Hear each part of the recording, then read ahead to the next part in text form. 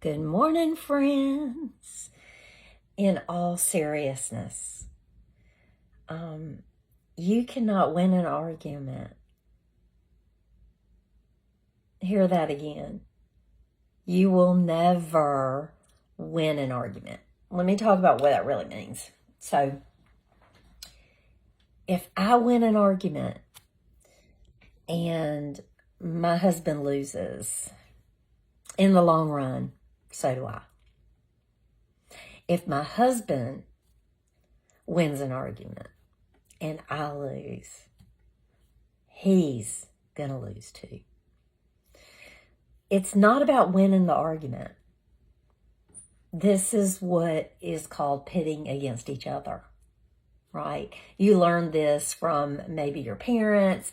You learn this from maybe a teacher or a friend or, someone you knew in your life when you were younger, that you could be good at arguing or debating or whatever that looks like for you. Debating is different than an argument. The difference is you respect the other person's view. In an argument, you have to be right. Is your need to be right more important than your relationship? Because over time, if I feel like a loser every day, I don't want to be around you. It's more important to figure out the problem and what the solution is to the problem. Do we have a problem here? What is the problem? Oh, wow. Okay, so the problem is I don't like it when you travel all the time. I have two choices. If my husband were to say that to me, I don't like it when you travel all the time, I would have two choices. A, the old Amy. Well, I don't know why you care so much if I travel and you're jealous and you're all upset and irritable and you just don't want me to do anything. Yeah, that would have been me way back when. Or the me now. Gosh, honey, it sounds like you're missing me and you need a little more of my time. Obviously, I have to travel for what I do. But maybe I can take some time off for me and you to really have quality time. Would that be a good solution so you don't feel like I'm gone all the time? You see, we both win in this moment. He feels validated that he's missing me, even though that's not the words a man is going to use typically, right? Men aren't going to say, oh, I miss you so much. Could you stay home for a while? No, that's a woman. Women will say that. Men are going to say, I don't know why you have to travel all the time. They're not going to use the same language.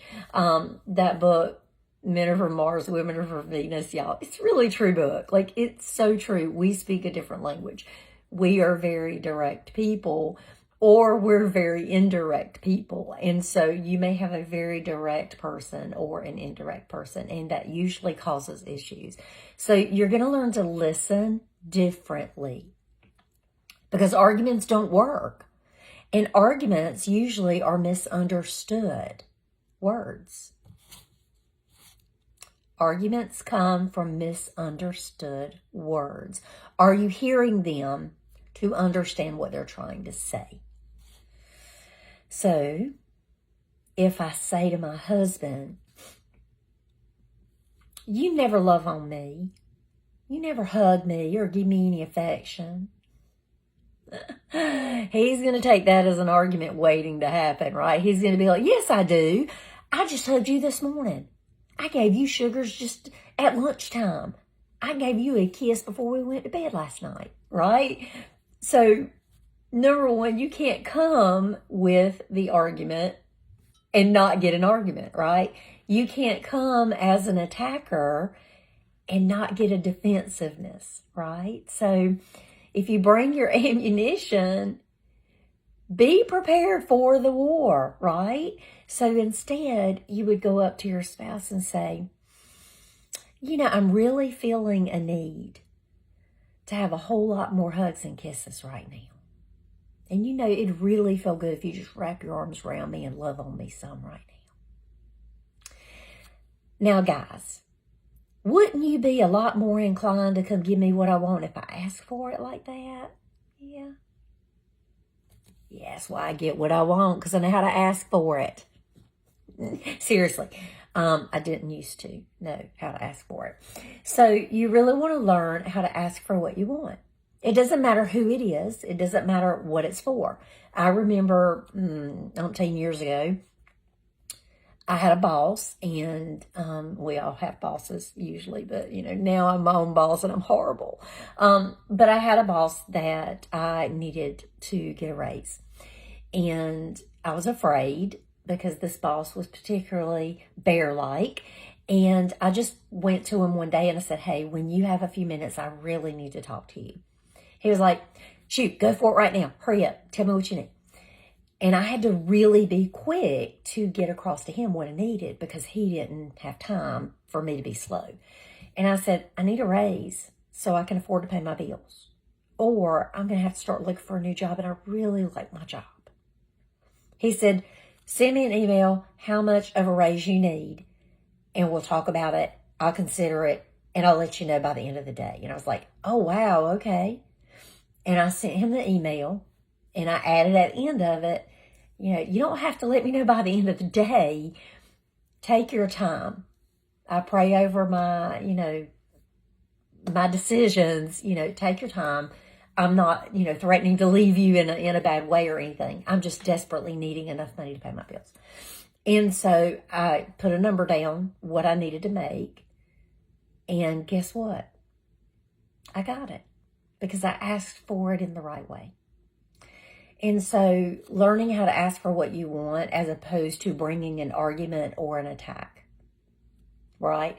If you come as an attacker, you're not going to get the end result that you're hoping for.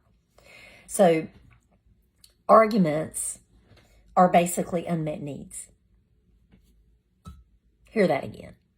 Arguments are unmet needs.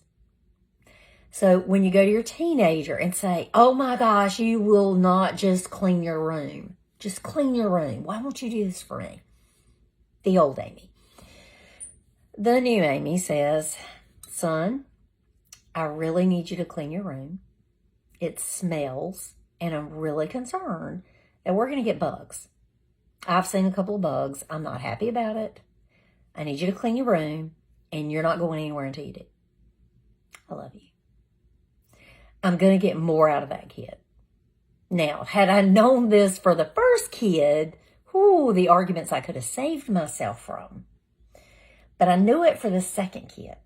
And every now and then he would still try to argue with me, because the teenager in him wants the argument. They want to debate and negate and show you their independence.